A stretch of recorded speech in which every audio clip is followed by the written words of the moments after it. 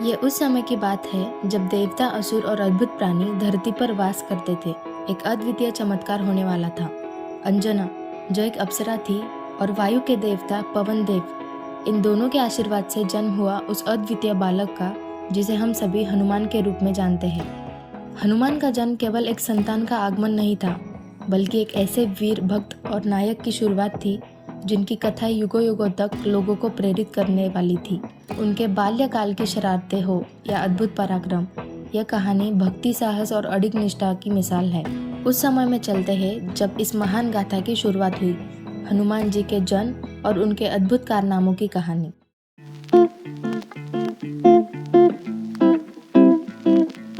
बहुत समय पहले स्वर्गलोक में एक सुंदर अप्सरा अंजना को एक ऋषि ने पृथ्वी पर जीवन व्यतीत करने का श्राप दिया।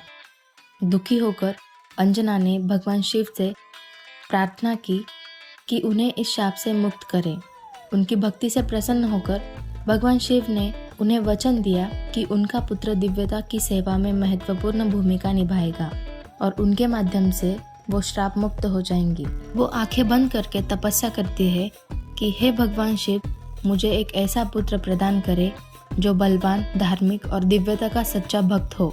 उसी समय वानर राज केसरी, जो एक वीर वानर थे, वो भी एक पुत्र के लिए प्रार्थना कर रहे थे।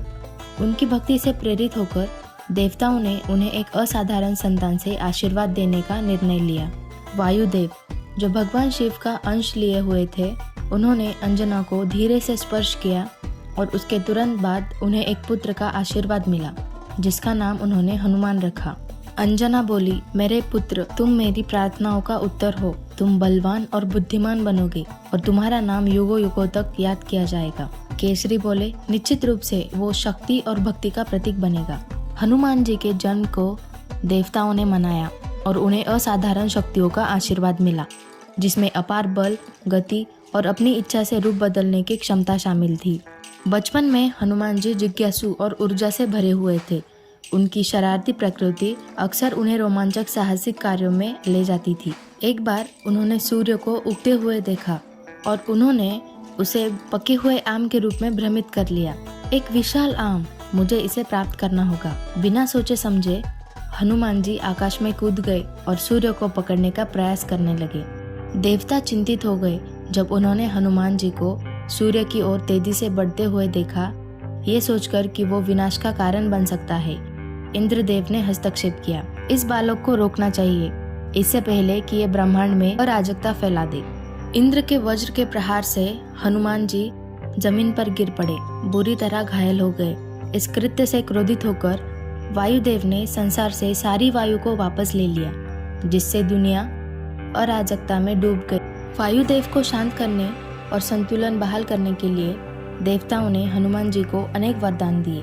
ब्रह्मा जी ने उन्हें वरदान दिया कि वो अजय होंगे, कोई भी हथियार उसे हानि नहीं पहुंचा सकेगा। शिव जी ने उसे वरदान दिया कि उसे अपनी इच्छा से रूप बदलने और वायु की गति से चलने की क्षमता प्राप्त होगी। विष्णु जी बोले, उसकी धर्मनिष्ठा उसे सबसे महान भक्त बनाएगी। इन आशीर्वादों के साथ हनुमान जी की शक्ति और क्षमताएं अतुलनीय हो गई। वायुदेव देवताओं के इस कार्य से प्रसन्न होकर वायु को फिर से संसार में प्रवाहित करने लगे और हनुमान जी को होश आ गया, बिना ये जाने कि उन्हें कितनी महान शक्तियाँ प्राप्त हो चुकी थी। इस प्रकार प्रारंभ हुई भगवान हनुमान की अद्भुत यात्रा, जिन्हें अनुपम शक्ति, भक्ति और ज्ञान का वरदान मिला। उनकी शक्तियाँ केवल एक उपहार नहीं थी, बल्कि धर्म की रक्षा और ईश्वर की सेवा करने की जिम्मेदारी थी। आकाश को लांघने से लेकर भगवान राम के अनन्य भक्त बनने तक हनुमान जी के साहस, विनम्रता और भक्ति की कहानियाँ पीढ़ियों को प्रेरित करती है। उनकी कृपा हम सभी पर सदैव बने रहे।